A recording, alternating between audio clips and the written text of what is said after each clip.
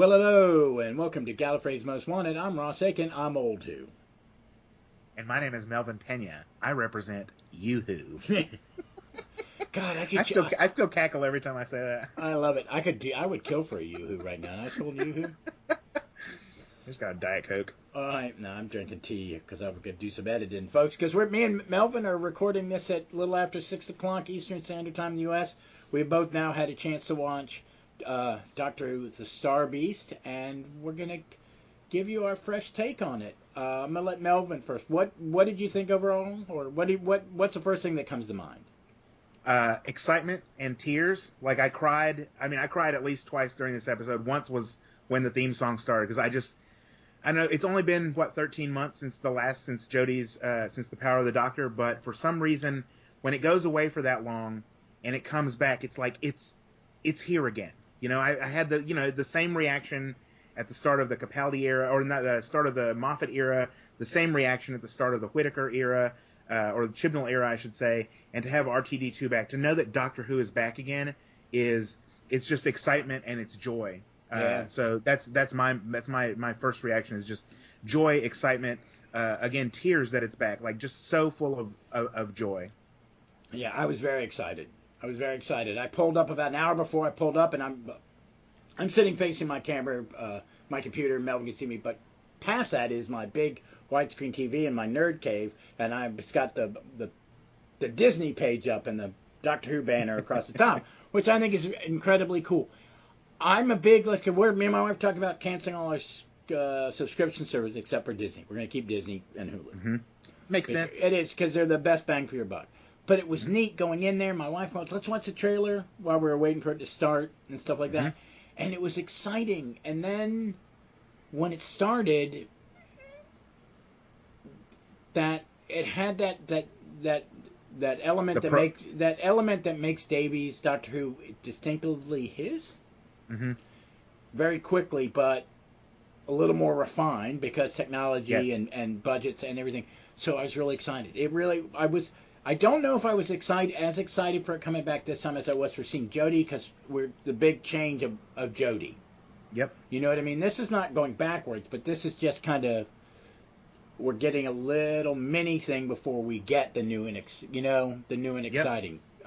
Yep. So, but I was really excited to go into it, and I had high hopes because I love Beep the Meep, because I have read that story 100 times, and I've listened to the audio play once or twice, but it was amazing. I was so excited to see Beep. I want to see what them and the Rarth Warriors. Yeah, I really want to see how they would take Dave Gibbons'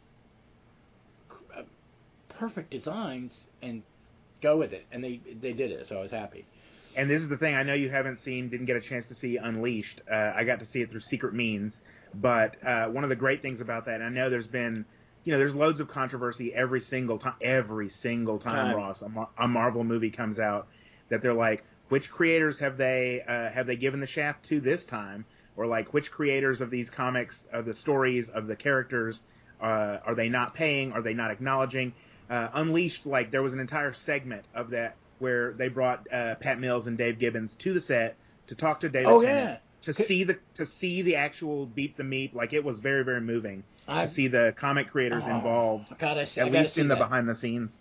Well, when David Tennant was here last March or April, whenever GalaxyCon comes to Richmond, he talked about that in his Q&A, that they got to come, and about, and then my wife's like, if you have it, it's like, and I've got the giant Dave Gibbons book, and Omnibus, yep. Oh my God, and it's just a great, my wife says, did she come back, this Beep the Meep, why haven't you not told me about this? I said, because it's only in a comic book.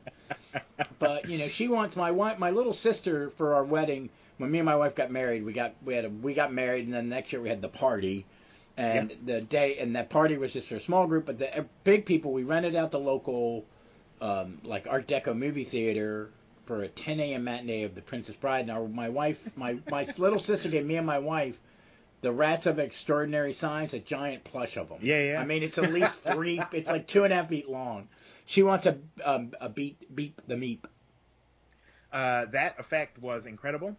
That was another thing they went into in the Unleashed, the Beep the Meep, like the practical effect, which was then refined by CGI. So there was no like at no time on the screen were they interacting with like a tennis ball, which was the sort of standard in what were in they the old days. because I haven't seen what were they reacting? Like they had a lady named Cecily Faye in a costume running around on set.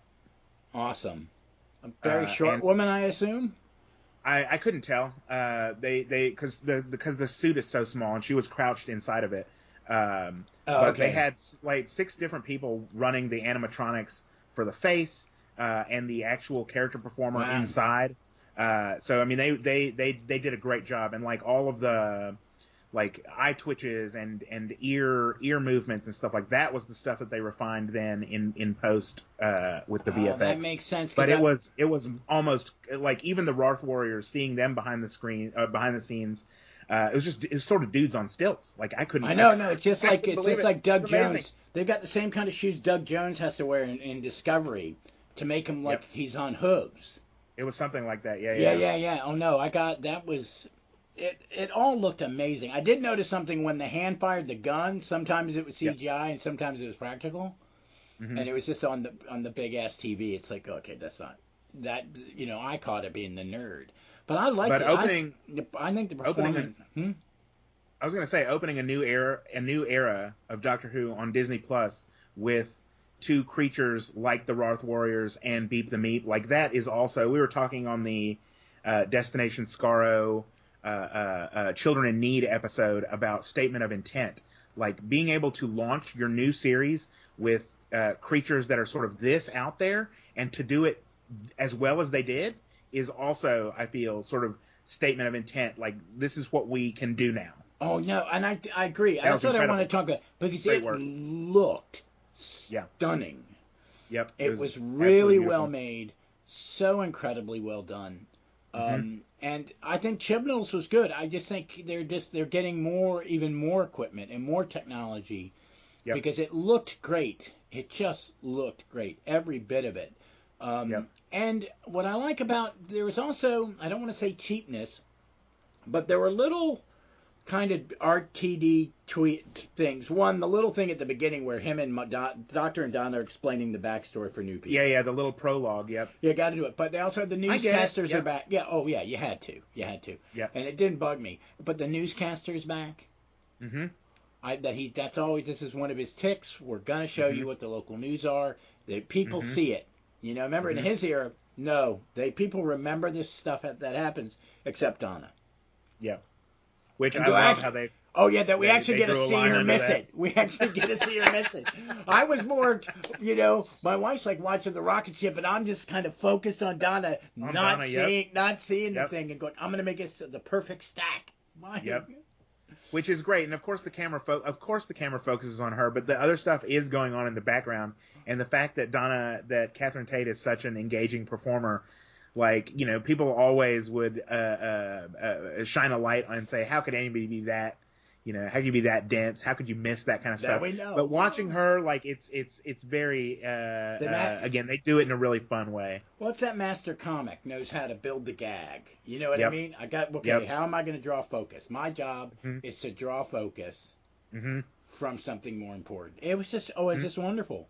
Well, speaking of that, like in that same scene, and talking about Catherine Tate as a great comic performer and the great time, like again, like seeing them together on screen from minute one. I mean, you just sort of wonder, like, how are they going to bring them back together? Is it going to be a series of coincidences, like in the Adipose episode? Partners in Crime. Partners in Crime, there you go. And they just, they brought them together immediately. There was no fuss, no mess. Like, here we are in the street. They're going to run into each other. I love that. But when they're about to go their separate ways, and Catherine Tate and Donna's like, look, one more thing. A suit that tight, you can wear it up until you're the age of 35. No longer. My wife... My wife busted out laughing. We both did. We were like going, oh. Because she had to have looked her dear friend dead in the eyes and go, you are getting too old for this, dude. You are what? Because I think that might have been an ad lib. Yes, You know what I mean? I can Or see a that being an discussion ad-lib that too. I could see Russell Davies and them sitting around talking. It's like and David Tennant going, "Am I really? Am I not too old to be wearing a suit that tight?" And the rest of them are like going, "Yeah, that's kind of the point, buddy." Oh, it's a great suit. It's a great suit. The costume, just from seeing it in the Jodie thing, I was like, as an artistic kind of taste, the vest, the jacket, Yep. I was kind of like, Yep. that's interesting. But then to see him, David Tennant knows how to use a costume. Yep, absolutely. It's part of a prop. It's but that he Yep. knows his character, and to him, I know he's going. The vest is this and this, all the things that he's done, and he doesn't have a jacket. You know what I mean? This is also he will feel different physically Yep. than the previous. I'm alike but unalike. And I think it's amazing. It's the costume designs. I was so happy when I saw Rachel Talalay's name on the screen at the beginning as directed by. I was like, oh, thank you, Jesus, she's back. No offense to everybody there. I mean, the Chibnall had some great directors, but it's been too long to not have her direct Doctor Who again. Rachel Talalay is, I mean, she is the definition. She's not only a safe pair of hands. I was going to say that she's the definition of a safe pair of hands. That's underselling what she brings to the table. Oh, she because she has a cinematic eye. She has a familiarity with not only the genre which she had before, or like horror features which she had done before, or like Tank Girl, stuff like that. But like again, now she has Doctor Who experience. Oh yeah, she knows but how, she's also she done knows The Flash. What this is about. Yeah, she does a lot of action stuff, and it's always a little bit better. I mean, I saw her talk at Regen Con in Baltimore years ago. The last time me and Vic went, before it stopped being a con, and she was straight up stealing in Hellbent, the one in the desert from, The Good, the Bad, and the Ugly. And I'm a big Western fan, and me and Vic, she looked at me and I went, I feel like I'm a fucking moron. Because it's shot for goddamn shot. I was forced to watch that 5 times before I did it on my own, and it was great. And it has a very cinematic feel. I love watching all the behind the scenes stuff, like the people filming this stuff, from their cell phones on the thing. You're like, what's this going to look like? And then to see it, and you're like, whoa. Yep. I mean, but by the same token, not only did it have a sort of cinematic, sort of look to it, but it was also, strangely, I feel like, and this is another thing that seems to be new or feels new to me about RTD2, is that, in the past the Doctor sort of swaggers around and does what he wants. In this, from minute one, he's sort of like lurking in the shadows. Sneaking in alleyways. Like, I love the sequence where they're going through the tops of people's houses, through the people's attics to get 5 doors down. I love there's a tightness to it, not necessarily claustrophobia, but something more cozy. Like, I feel like we got sort of used in the Chibnall era to the vast vistas, like to the landscape shots. And I love, and again, this is not a criticism. It's just it's something that I noticed right off the bat, is that we are much tighter. We're much closer on character faces, on the nuts and bolts of how we get from point A to point B, and that I found very engaging as well. And that's certainly down, at least in part, to Rachel Talalay and her directorial style. Oh yeah. What I wanted to, I'm looking this up too, because you're talking about the sneaking around in the factory. Hold on a second. Yes, they sneak around in the factory and they sneak around in the attics. David Tennant, like the Doctor, is sneaking around in the alleyways right at the start. Like, I love how he navigates between the Roth warriors and the unit soldiers. There's something very graceful about the Doctor, the way that he's presented now. Yeah, and much less brash. That whole sequence in there, and then you meet what's the new character's name, played by Ruth? Ruth Madeley. Ruth Madeley. What is it?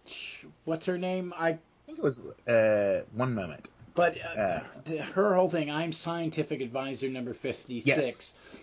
Shirley is her name. Shirley. I love her. I freaking love her. Yes. I was like, oh, they're replacing Osgood. Never mind. I'm sorry. I love you, Osgood, but she is his equal. And when she just comes up and knows who it is, doesn't tell anybody else, because you're sneaking around. I'm going to let you have it. Yep, And when he goes, what was it, in your wildest dreams? And she's like, as if. And keeps going, and he's just like, and then he does this, like, that headbend, like he's watching her go by, like, yep, okay. Yep. She was amazing. If that's our new unit, if they're building a group of character, a bit larger ensemble, it's modern TV. You build a Scooby gang. Yep. And we're gonna get Kate. Kate is around. Oh yeah. You know, the question is like where, not necessarily like where is she in the hierarchy or whatever, but this is another sort of, and it's a cliche to say it now, but another sort of strong female authority presence for the Doctor and his friends to act alongside, and I really appreciated her chutzpah, her unfazedness. I love that her chair, her mobility device is equipped with weapons. I love it. I love that she got the guys with the darts, and then she has missiles. She's great. I absolutely loved it. I loved it. Let's talk about Rose. Yes. I think he did everything right. Was it? And I think he did not want anyone to doubt what the fuck he was saying. Russell, you mean? Yes. Yep. Don't, you know what I mean? Yeah. He was like, I'm not going to, here it is. This is the real deal. This is what her life is. Mm-hmm. And all you people that don't get it need to see it. Yep. See what your words do. Yep. That whole scene with the kids on the bike. The bikes. This is what your words do. The bullies, yep. It's, and Donna as a mom, I would burn phenomenal. The world down for you. Yep. And Donna would descend. And when she jokes with her mom, and her mom goes, you know what, her mom is like, I said, gorgeous, I'm so clumsy. And Donna's like, I am too. Yep. Which, I mean, that is not only obviously for the characters, but it's also for us. You know, it's also for those of us who are getting used to new ways of seeing the world, new ways of being. How we're being taught how to see the real person. Yep. And not what society puts brilliant. on them is what they really are. Yep. And I loved it. I have no problem with preaching. I'm a big Aaron Sorkin fan. That mother can preach.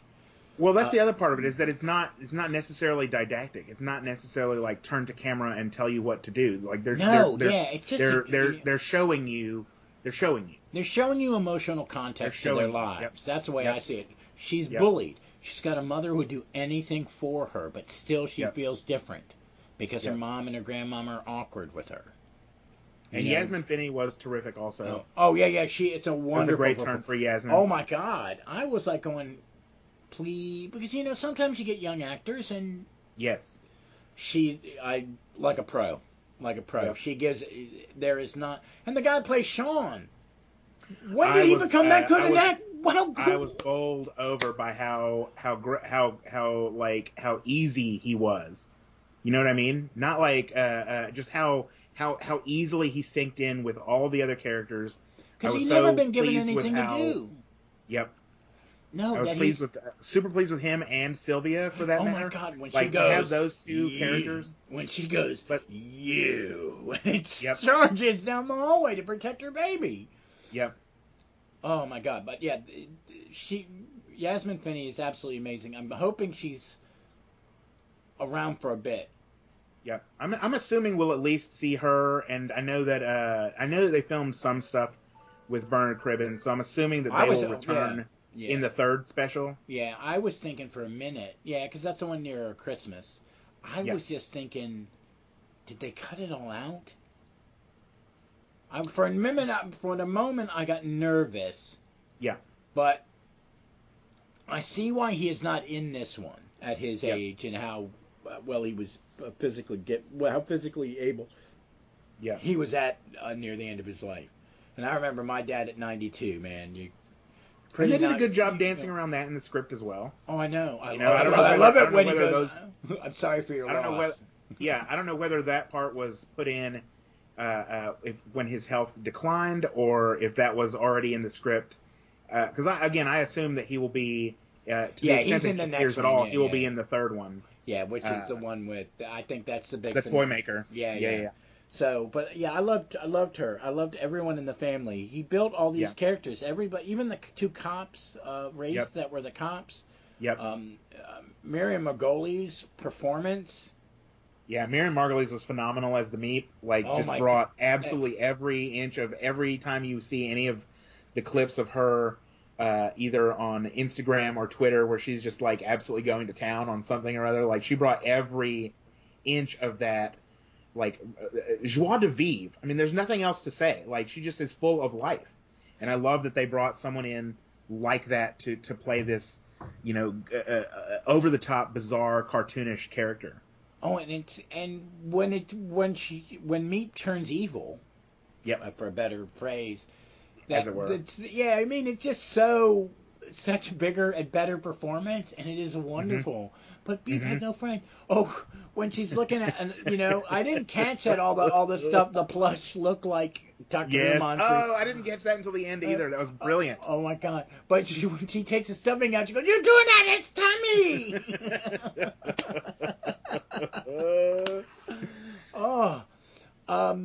I wanted to go ahead. Good. No, please go ahead. Oh, I wanted to get to the point of the Dr. Donna part. Yes. Yep. Them together. Yep. My God, that whole progression of her finally remembering. Yes. Earned. It's all at the right pacing. It takes the exact amount of time in the story. Yep. I've always had a pet peeve with Davies. Okay. That sometimes his endings are a little too big. Okay. It's the Dr. Donna. It's you're the savior of the universe. All that stuff. And Moffat did it too. Yeah, I get it. Moffat did it too. And it just sometimes it's like, stop trying to top yourself. Yeah. You don't need the big musical, big number at the end. But I like that they used the Dr. Donna, and I do like that they got rid of it. Yeah. And they wrote it, Yeah. And I'm sorry, go ahead. It's just Uber, this is like the Flying Master, that superpower thing. Mm-hmm. Mm-hmm. I just don't think it's something I don't really like. I was like, I don't like to see it. I'd like it to not happen, but once every 10 years or something. Mm-hmm. Mm-hmm. But this time it worked for me, and mainly because it was a little more subtle. You got a better idea of how, you see them fighting, her learning, figuring it out.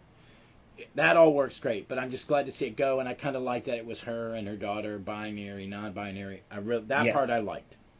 Which is wonderful, and they took a sort of offhand sort of word salad thing that happened in the Dr. Donna where she starts repeating the word binary over and over again, and then worked that into a key part of the plot. Like, I love that, because that was not, again, you weren't looking that far towards the future. That, in 15 years we're going to cast a trans actress to play Donna's daughter. But I love that they were able to use a sort of cast, like a random word that was used in that special, bring it back here, incorporate it into the plot itself.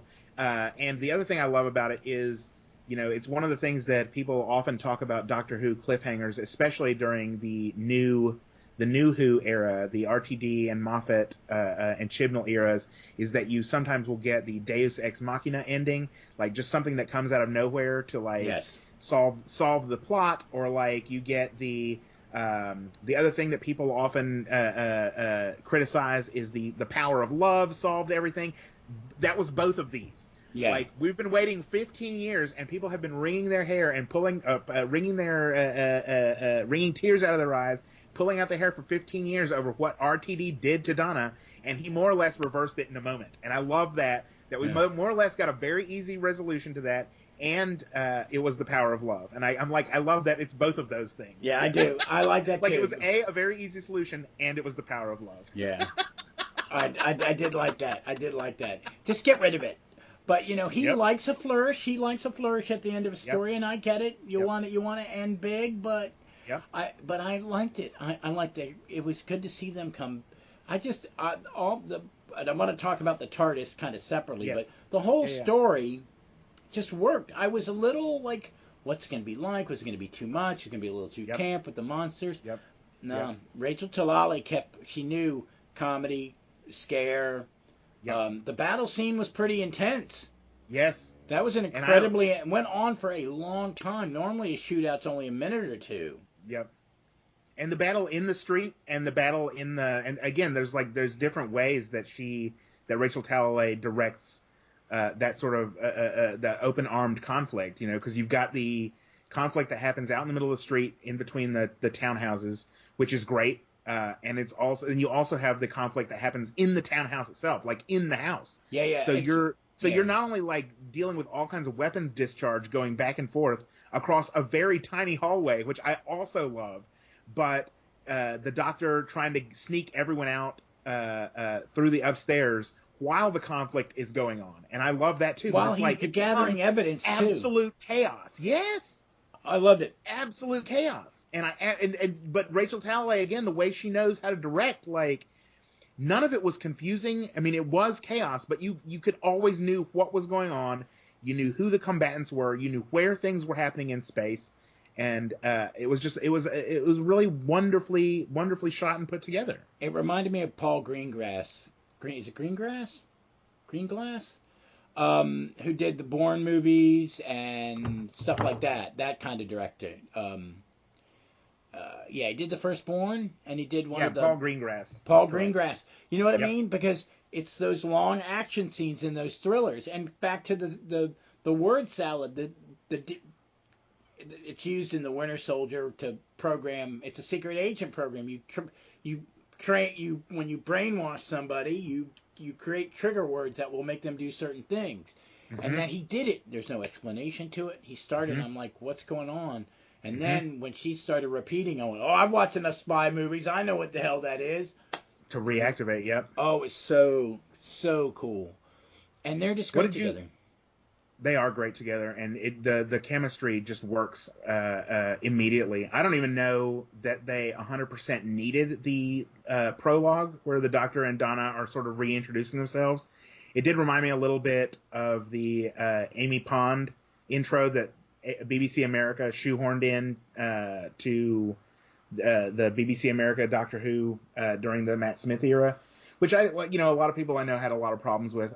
I think that they sort of, over the course of the Star Beast, sort of made it clear what was going on. So I don't know that the prologue was 100% necessary, but I can appreciate that people who are walking in completely clean off the streets might not get it. So the percentage of the Disney audience are going, what's this Doctor Who thing? I've heard about it in the past. Yep. And this episode, say this, without that, is not that friendly to a new viewer. See, I don't know. Because, again, I think that they more or less gave you all of the backstory that you needed during the episode itself, like during this course of the story. Yeah. I mean, the part with the Donna and the Meep, but, the Doctor. there's no... Well, I guess I know. I don't think the intro really gives you much background of the Doctor Who either. You just that a past. That's why I say I don't think it's 100% necessary, because I feel like you get, and that's one of the things that I think people will talk about, and it's one of the great things about this sort of being an appetizer to the Shudigatwa era, is that by the time that comes around, I feel like that will be another fresh start. So you have the opportunity here in the Disney Plus.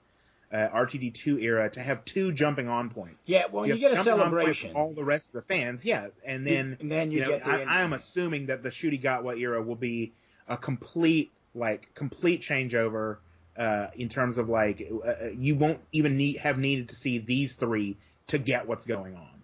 No, I think you're right on that. I think that's exactly it. That these three are definitely a celebration of the show's 60th anniversary, because you get a famous comic book strip. It is probably the most famous. Well, that is one of the things I do want to ask you about, Ross, because, again, you've read this more times. I think I've read it once, but I've definitely heard the Tom Baker Big Finish audio adaptation. Which was a good solid adaptation. It was. So what I wanted to ask you is what you thought of this as an adaptation. So, obviously we're not going script to screen here, so it's not a transliteration to video, but I just wanted to get your sort of sense. Yeah. of what you thought of it as an adaptation. I think it's a great adaptation. I think it's taking the central characters of Beep, the Wraith, and the Doctor, and this young girl who discovers Meep. Doesn't need to be Sharon. Fudge is in here, though. Yep. Fudge is in here. I like that they had Fudge. But Rose gets the Sharon bit. It's a little different. It's not a dirty old shed. It's a you know what I mean?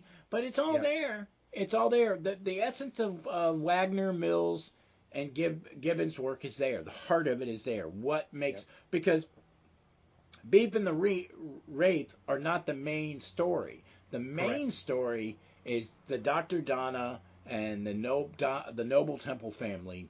Yep. And why does he have this face again? And that's incredible writing by RTD, as far as I'm concerned, to yeah. take a story that stands on its. I mean, you could have just adapted it, like the story as it was. Like you could have adapted that to a Doctor Who episode, and cut out some of the bits and just had that be the story. But in order to do what he wanted to do, which is again to bring back Donna, introduce sort of a new sort of mini arc for these 3 episodes. And who's the boss? And sort of move it forward. I love that he chose this. As you say, it's the structure, the framework of the Mills and Gibbons story. Yeah, so it's the frame that goes around the picture. Really, it is, and I think it's great because. And there were neat little things. What I liked in the writing this time. I mean, he's a very clever man, but why the Doctor keeps going? Why did you give up the money? And no one can answer the question. No one knows. Why did you give up? You gave up the money. Why would you give up the money? And then when she gets her memory back and she goes, I gave up the money. 100. I wanted to be like you. And it was like going, yeah, if you had made me do that and I came to from that and went, I wouldn't have undone that. I'd have given a couple million. I wouldn't have done that. I loved it. But it was just all the cueing. And when he's talking about Wilf, I love that man. All those things. Because he does. I will, as the son of a veteran, the scene where Bernard Cribbins and David Tennant are sitting in the cafe. Yep. Well, but he's when in the spaceship and he's talking about Palestine. Palestine. Yep. Yeah, being in Palestine, and that was all from his personal experience. Yep. There is. I was trying to. My wife has started to watch new, and she hadn't. So I was saying, Donna is one of those special companions. Yep. She is, I think, in the top 5 of mine. Not even favorites. Just it works. Yep. That doctor companion relationship is bingo. There is nothing wrong with it. It is perfection. Baker Smith. Oh God, I'm gonna blank. Hartnell Vicky. Yeah. Hartnell Vicky. I say Trout and then Fraser Hines. Fraser, yeah. Pertwee and Katie Manning. Yep. There are pairings that just work, and the chemistry between Tennant and Tate it's electric. It's moment one. Even when they don't know each other there at the beginning, or she doesn't recognize him, the chemistry is still there. Yeah, I think it's better than his chemistry with Billy Piper. And they got really good chem. They got really good chem. I mean, it's like Matt Smith, Karen Gillan, and Arthur Darvill as a triple act. Yep. And there's one that we should have seen more of, which would have been Capaldi and River Song. Oh yeah. That would have been magic. But the chemistry there is fantastic as well. But this chemistry, this is it's in the stratospheres of chemistry. It is one of those. It's that once in a lifetime. It's Clark Gable and Lillian. Is it Lillian Russell? My Girl Friday. You're thinking of. Oh my God! I only recently watched that one. Her name is Rosalind Russell. Rosalind Russell. I feel terrible. She's so phenomenal. No, you're 100% right. Catherine Tate definitely has Rosalind Russell vibes. Like absolutely, like just the sass, the spunk, the fearlessness, the walk into any situation. and own a room. Sort of. I love it. I love it. Yeah, I might sound like a bulldog. You know what I mean? I might sound like a villain. Yep. But I gave up this 166 million because people needed it. Yeah. I did. I still want you to save the city because there's 9 million people here. Yep. That's more important than me. That is not because of the Doctor, and that's what I Yep. think is what is so amazing about her as a character. It's never she doesn't have to learn to be a good person. It's already in there. It's there, yeah. That's the strength of RTD's script as well, is that he can do all of these things in 56 minutes. You know, launch a new era, reintroduce 2 characters, alien menace, daughter, you know, all of these. He's juggling all these things at once and manages to do it. And then I know people are going to have problems with the sort of Superman ending of like, we'll just like spin the Earth backwards and like reclose the giant gape in the Earth. I loved it. I don't care. I don't care about stuff like that. I love watching the streets of London re-zip themselves. I like that because there's that whole thing about, because I read comic books, man. The people don't, you know, it's give it up. It's fun. I know. Overall, I liked it. Now I want to talk about the TARDIS. Yes. I want to see. I'm one of these people that there's the people like to build sets and make them white. Mm-hmm. Drives me fucking nuts. When you can't keep it clean. How are you keeping that clean? It's just driving me nuts. But I loved it because it's basically, as someone else pointed out on Twitter, someone I follow, that it is the closest to the 80s set that we've seen, and I like that. I love the console. Yeah. I love that it is obscene. That is a lot of real estate in your studio. Is. You're in your studio for something that is only in maybe 5 minutes of an episode. So they're gonna do shit in there. They're gonna do more. Yeah. No, I'm super #blessed because I haven't seen the internet at all. I haven't looked at any reactions. Yeah, I didn't until about 20 minutes ago. I just absolutely thought it was a beautiful set. It gave me sort of Close Encounters of the Third Kind, where they're doing the keyboard. The keyboard mimicry scene with the do do do do do when the lights started flashing in patterns and in unison, that was beautiful. Those are built. I think that's a built-in effect. That's a practical lighting effect built into that wall. I don't doubt it. Oh, I bet we're going to see that room change tons of color and do tons of things. They build it, and someone posted a picture of K9 going up it, and Jeff Goddard pointed out that goes, this looked very nice with Daleks running up and down all those ramps, and I'm like, it would. Yeah, well, one of the other cool things about it in all that space is that you can imagine them setting up harnesses and stuff like that so that characters can float around. Like, I wouldn't be surprised with anything in a set of that size and that scope. Yeah, it's huge. It's gorgeous. It's gorgeous. It was beautiful. It is. I loved it. I loved, and you could almost felt genuine and spontaneous seeing David Tennant like prance around the gantries and up the ramps. Like he looked like he was literally and actually and genuinely having the time of his life. I bet real money that Rachel Talalay and Russell Davies said, we shoot that scene the day we take David on set. I wouldn't doubt it. No. And he probably went, okay. When can I see the set? Not today. Can we go tomorrow? Sure, we can go tomorrow, David.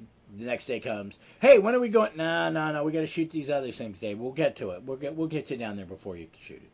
And just fucked with him. And then he was like a little kid. He is still a little kid. It's like, he's a Doctor Who fan. He's us. He's one of us. Now, I don't know if you'll have seen this on the internet. I noticed it right away because it's my sort of detail-oriented mind. But when they were sneaking through the houses, and they got through they were into the fifth house, so they were getting their way out of the house after crawling through all the attics. As they climbed, they passed in the hallway by the guy who's sleeping on the couch. Uh-huh. There's a big poster behind him, and it says Red Dawn. Yeah. Which is a Mark Gatiss Big Finish Ice Warriors script, I think. Oh my God, that's what it was. I was like, why are they doing? Is that an Easter egg to Red Dawn, the American anti-communist movie from the 80s that is horribly good?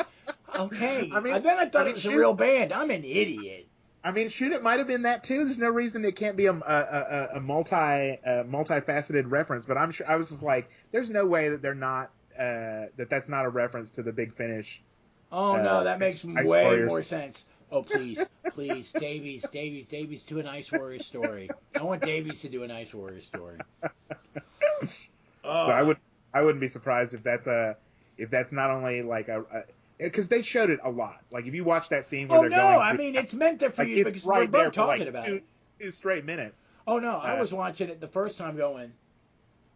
I just watched Red Dawn was on cable. What the fuck? Yeah, no, I definitely caught that reference and the Big Finish reference, but I'm like, I hadn't actually thought about that. What if it is like, next season we get an Ice Warrior story? Like, wouldn't surprise me. Oh, I'd love it. I would like to see him do something with it because I like the submarine movie one just because I like 80s submarine movies. Yeah, of course. Who doesn't? But I did love Empress of Mars. Absolutely. Yeah, me too. I love Victorian soldiers on Mars. Yep. Fuck yeah, man. Whatever. All day. Yep. Got it. And that's the kind of like Edgar Rice Burroughs, John Carter of Mars kind of stuff. That's exactly what Mark Gatiss was going for. Was that sort of 19th century pulp Victorian sci-fi nonsense? But I love it. I love it for that. I do too. But yeah, I mean, again, it's just worth pointing out. Like I'm sure every other podcast in the world's thinking about it too. But yeah, no, I just wanted to bring that up. Yeah, no, I love that. I did too. I caught it because I really was not paying attention to the scene after a minute. I was like, Red Dawn. What is? Oh God damn it! You saw the Easter egg. It's like a puppy. Now the other thing that everyone's going to be talking about is the sonic screwdriver's new capabilities. Like you can make shields, and like I love that he could use it to make a little screen to like do Minority Report stuff on. I'm like, yeah, give me that. Give me new powers. Why not? I got it. I loved it. I got it. Which is funny that like he made those big shields and like shoved them. But he made it look difficult. But it made it look difficult a little bit. Yes. You have to move them into place. It definitely took time, which I questioned that directorial choice, but that wasn't. I think that was to create the suspense and the tech. He's MacGyvering his way out. He's doing that. He's MacGyvering his way out. But I liked the screen. I did. It didn't bug me. It didn't bug me. I thought the first time when he made the shields, I saw it in like the trailer. I was like, what? But it was funny that me and my wife were watching it, and it was the same day. She said she thought she had seen Day of the Doctor. I was thinking, yeah, it's probably been on a dozen times in front of you. Yeah. Because I love it. But when the doctor, they meet, the war doctor and the two doctors meet, and they point the screwdrivers at, what are you doing? They're screwdrivers. And then the soldiers come up, what are you doing? You gonna assemble a cabinet in front of them? Now, Ross, what did you think of? We're talking about new stuff here. So, what did you think about the new Tennant Doctor? Because I definitely noticed some new stuff going on with him. I don't know if I found his ticks, except that he's I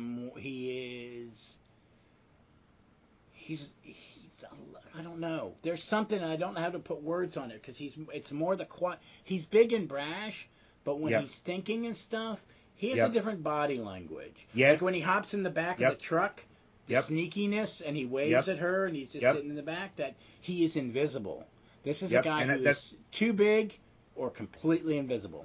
And that's what I was talking about early when we first started with that sort of furtiveness, that sort of slinking through corners and alleyways, that there is sort of more, careful, sort of cautious, less like striding in the middle of into situations up until the courtroom scene, which is completely nuts. Like I've never seen him bust out a wig before. It's Stones of Blood, baby. It's right out of Stones of Blood. It's not even fucking subtle. It's like, whoa, just gonna steal from that one.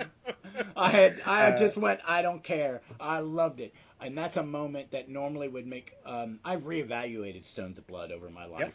Because every time I watch it, I go, this is way better than I ever gave it credit. True. But it's that Tom Baker flourish, and he does it like it's like, hey Tom, you're here with me, brother. Mm-hmm. I loved it. I loved it.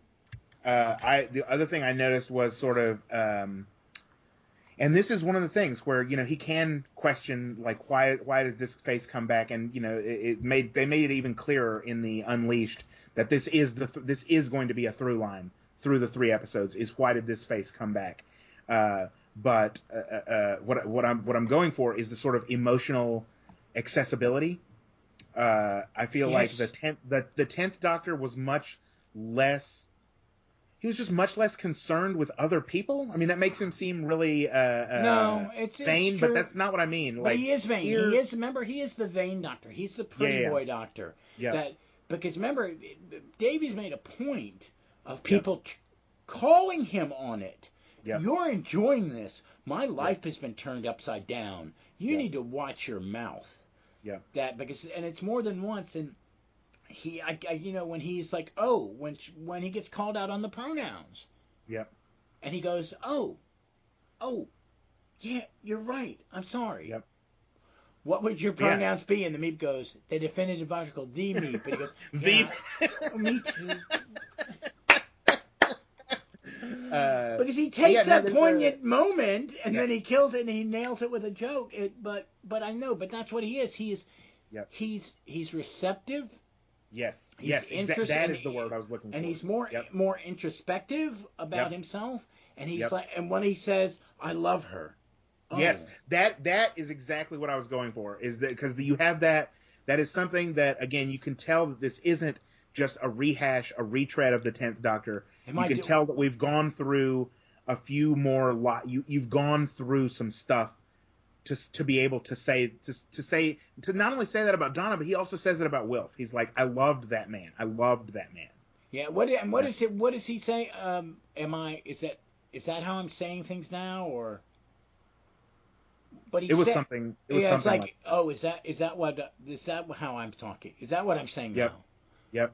And it's a good thing because he doesn't go, oh, or make a joke out of it. The other Doctor would have gone, oh, whatever. The other this other version, it's a mature. It's that thing, it's not the 35-year-old in the tight pants. It's the 50-year-old in the tight pants. Yep. And that he's a little more haggard. Yes. Careworn. Careworn. And I like the stubble. I like that the hair color's a different color. Me too. I mean, there are all these subtleties. He's a darker version of 10. Yep. What if 10 had not regenerated then? And what so would this he be is, like this, now? This is part of what I was asking the question for. Is like we want to sort of even only one episode and a little Children in Need short in, like just to sort of assess and say, is this a different Doctor? Because I mean it was a prevalent fear, at least in the internet community, is that we're going to rehash the past, that we're going backwards instead of forwards. Like none of that has borne out in what I've seen so far. Like this is a different take on the Doctor. Whether he chose the same voice or not, like I would have gone Scottish. I would have let him go Scottish. But aside from that, I think this is very clearly not the same Doctor. This is not a rehash of the 10th Doctor. Yeah, no, it isn't. I agree. I think it's a wonderful performance. And I'm one of those people, I get jaded like Tom Baker. I don't like Tom Baker so too much of it. But when I watch it, I go, oh my God, this stuff's amazing. Same with Tennant. He is. We have had some. I mean, the actors that have played this part, and especially in the modern era, the talent level is through the roof. And there's a reason this guy works all the time. He's amazing. I do want to say, I want to point out something, that there are a couple things that go back to his immediate predecessor. Yep. That Davies is, yes, this has all happened. One, it was like 60 minutes ago I was a woman. Yes. And then when he goes, and then I was a Scotsman, and then I was a woman. Another one. And then when he shows the psychic paper to Shaun, and it says master of knowledge, and he goes, that says mistress. Oh, catch up. I love those jokes. They were great, and it's just, I'm very happy. I'm just seeing this as we're watching a 3-episode serial. What I like is we've seen nothing from the middle part. I don't know if there's anything that tell me this is, behind the scenes where everything is being shot. Yeah. I know I've seen scenes with the toy maker and Neil Patrick Harris. Yeah. But I haven't seen the stuff with Jeff Goff. Yeah. Or what's her name? Minx. Come again? The performer that was on RuPaul and just did it. Oh, just Jinx played Monsoon. Jinx Monsoon. Monsoon, yeah. Monsoon, yeah, who just finished her. She did played Roxy in Chicago. Yeah, in Chicago, yeah. Yeah. So, I'm sorry. Before we move on from David Tennant, I just want to say, because you were talking about the, getting that sort of overfill of Tom Baker, and I know that I had a little bit of that at the end of the Tennant era, which is when I started watching as it went out. And, because I went back and I watched through the Eccleston series, because I had seen little bits and pieces of it, but like gave it a sustained watch through as the end of the first Tennant era approached. And even as quickly as I sort of went through it, even I was sort of starting to wear a little bit thin on Tennant by the end of his era, which is one of the things that really moved and surprised me seeing this episode for the first time today, was how much I had missed his energy and his love for the character, and what you were saying about, Catherine Tate and David Tennant and how they get along and how they are a sort of generational. We often talk about that in baseball as those generational talents. Yes, but it's they're true a in generational pairing. And to see them again on TV, and I fully admit that I had gotten a little bit tired of Tennant by the end of his first run and found Matt Smith like a complete change of pace, a breath of fresh air, a reinvigoration of everything that I had come to like about Doctor Who. But to see Tennant again and to get this new take on the character, I found it really, really moving, and I'm very interested to hear how the internet approaches, especially the people who are not necessarily Tennant fans in the first place. Which you were right earlier when you said there hasn't been, everyone who has played the Doctor has done it amazingly. Yeah. And we don't have to get along with every single one. Everyone has to be our favorite.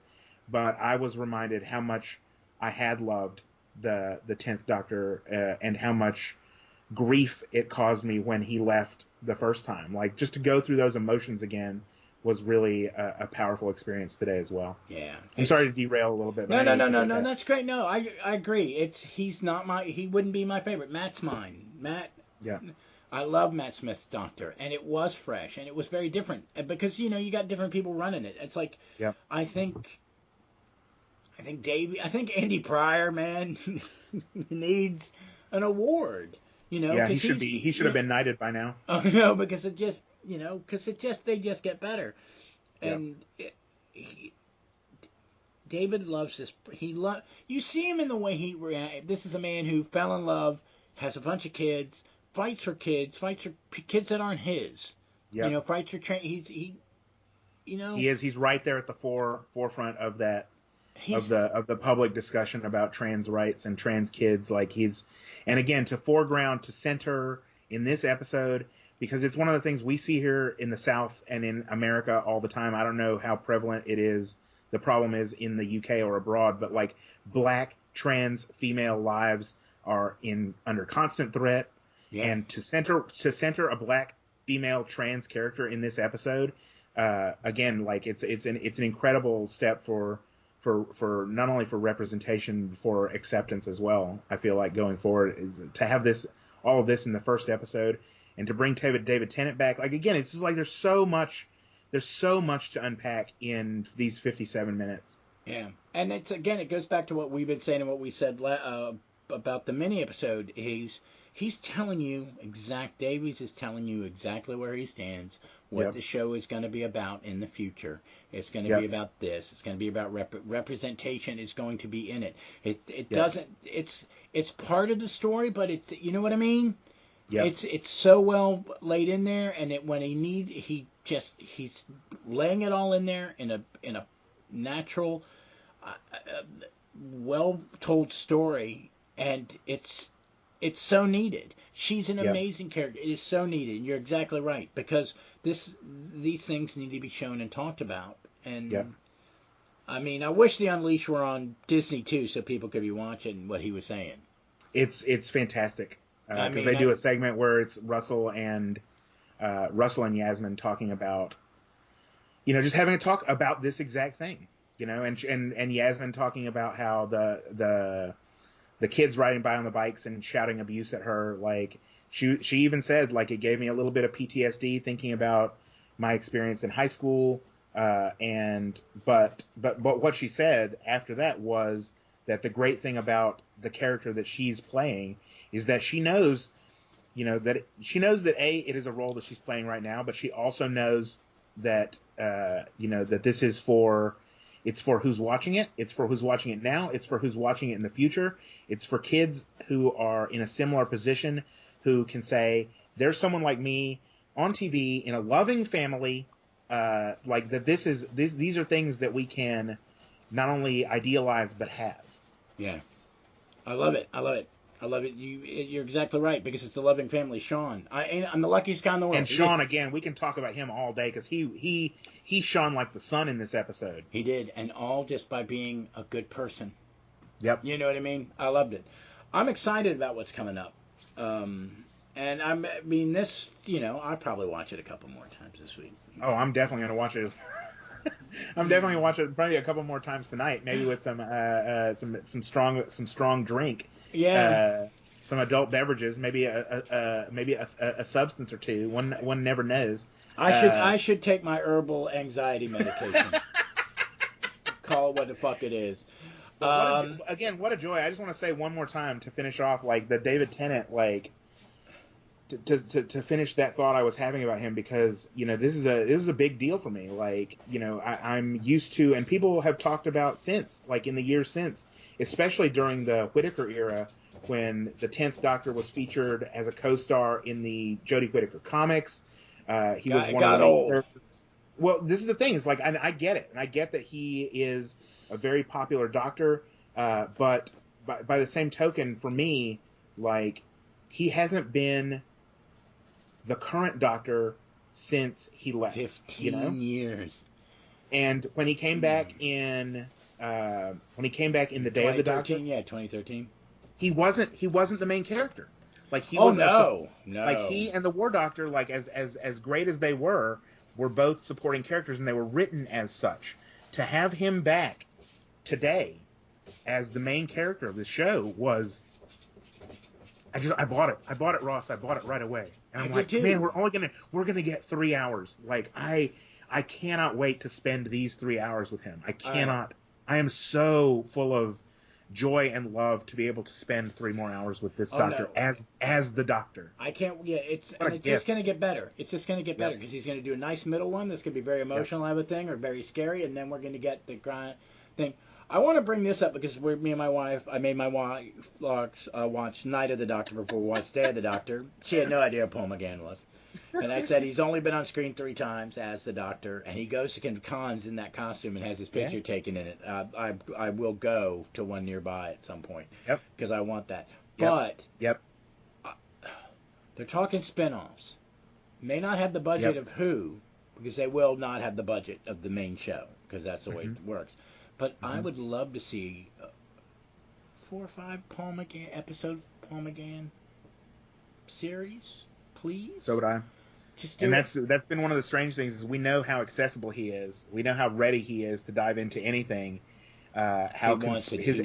His absence, Ross, during these celebrations has been conspicuous, which makes me think that maybe there is something going on, but maybe they're saving him for something else. Yeah. Because, like, everyone else has had a go at the wheel these last couple weeks, and all the little features and the Tales of the TARDIS and, like, that may everything. Okay, so it wasn't until yesterday that they put out that little. I'm sorry, go ahead. The TV movie's on iPlayer, right? It's part of the Whoniverse, right? Yeah. Okay, I'm just making sure maybe it was a licensure thing. Yeah, no. It's the Tales of the TARDIS thing. They centered all of the other Doctors. Gave everyone a go, except for McGann. It wasn't until I think yesterday when they put out.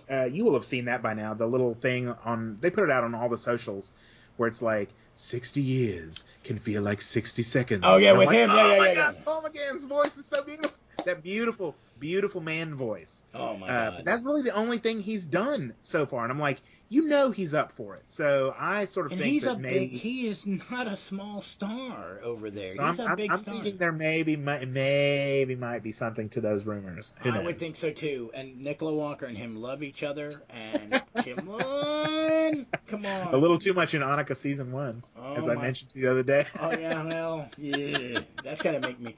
I have a bunch of Eagle Moss figures of companions, and they did. I didn't get the 8th Doctor and Lucy Bleed Miller, but I did get them.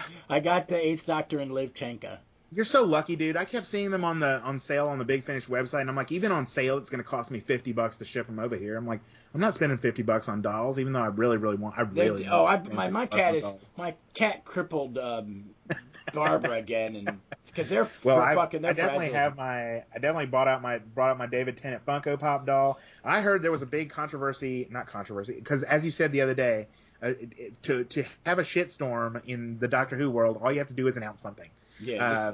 So the latest one I saw the other day was that they had approved a bunch of new licensing stuff, including toilet roll, and I'm like, that's fine as long as I get my Paul McGann and Joe Martin Funko Pop dolls. Like, they have that. How was that not at the top of the licensing list? It has to be. Well, here's we will my be hearing thing. shortly that I will be getting my Joe Martin Funko Pop doll. I'm gonna be getting my Paul McGann Funko doll. Just make it happen.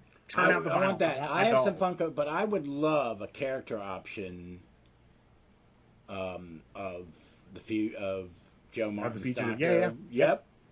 Why don't I have I have not taken my 14th Doctor out of the Jodie mismatched costume box. I've kept it in the. I wanted that so bad too. That had like another $50. How are you doing this? I didn't get anything else fun for about 2 weeks. I have but yeah, no, I need it's. Vort magazine. Like, you know how much that costs to ship to the U.S.? Yeah. I want that so bad. We might have to go in because they're doing a 5th one already. Well, the 6th. 6th? Oh my God. The 6th. It's just, we got to find a way. Me and you and like U.S. Jason got to work out a combined shipping thing. Yeah. Because it's less to ship from any of our houses to each other than it is to ship 3 different ones from the UK. Yeah, I gotcha. That's the only way to do it. Because those are great magazines. I'm getting rid of a lot of my Doctor Monthlies, but I love my Warps. But yeah, they're saying with all the stuff they're going to do, come on, let's put out some more figures. Because that's what these 3, him and Tranter and Gardner do, and it's like we need to show that we can produce the top of the line show. So when we want to do our own show, we can do whatever we want. They love Doctor Who, and they want it, but they want to take it to the next level. They were like, going, make this as good as Disney and Marvel, all the stuff that they're putting out on that service. Because there's a lot of good in that. My wife was, she was wish listing all the Christmas comedies today. She goes, do you want to see that one? I said, yeah, actually, the one with Ludacris? Yeah, I actually want to sit through the one with Ludacris. It looks funny. Ludacris and a black Santa on a mission on Christmas night. I'm all on board for that. I want to see that. I like Ludacris. So, but I like, we're in the beginning of this new era, and I like that what we're getting is this little 3-act play. Before we get something even bigger. Even bigger. But it was incredible. What an incredible beginning. What a great start. Like the Star Beast, what a way to start. I loved it. It was just a joy. It was a joy from beginning to end. The story was wonderful. The acting was wonderful. Again, like props to what's his name? I think it's Carl Collins who plays Shaun Temple. Yeah. Because he really I was not expecting what we got from him, which again was like warmth, sincerity, that sort of that father and I love when he walked in the middle of the chaos and something like, smells good.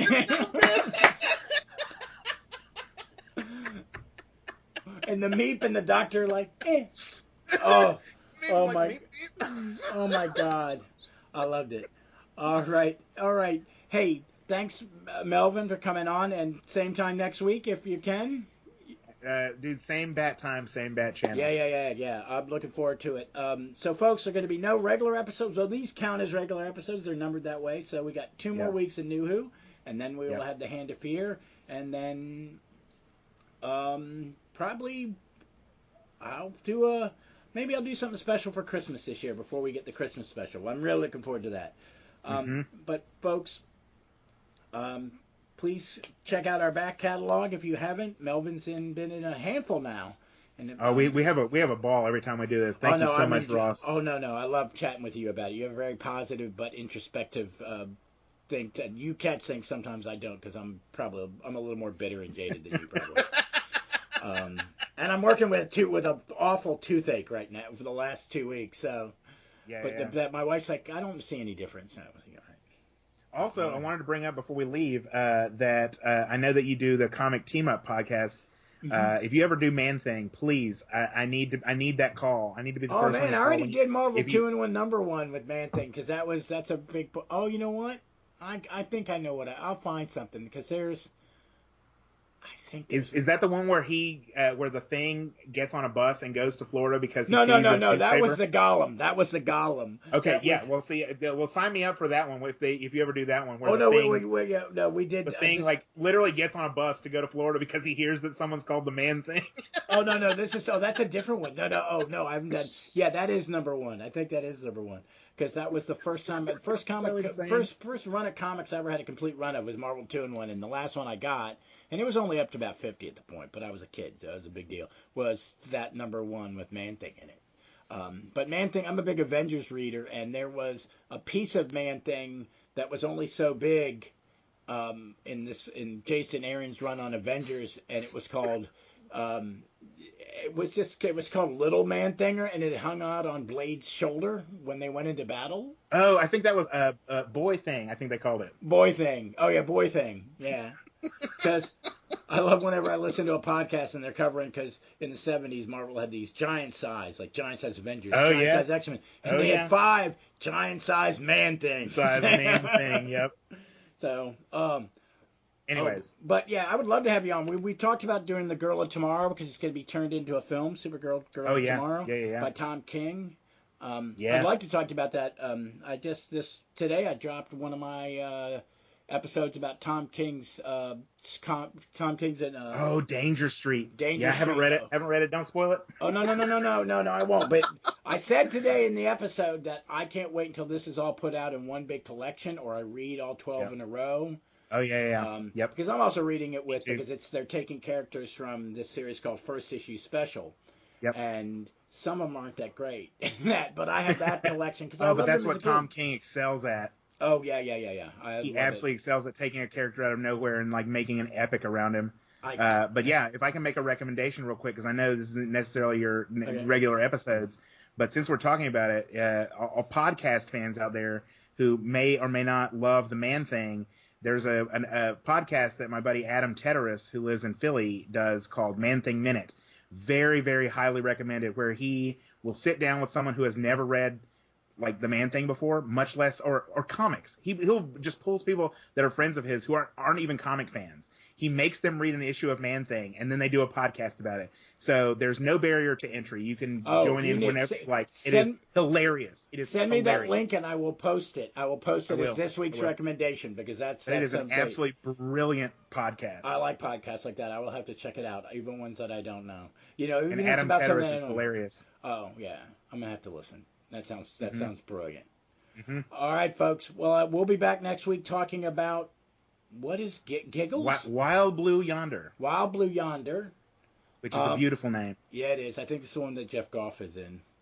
And they've, I know RTD has said very little about it, but he says it's super, super weird, which that is, if anyone knows me, knows that one of my faves is It Takes You Away.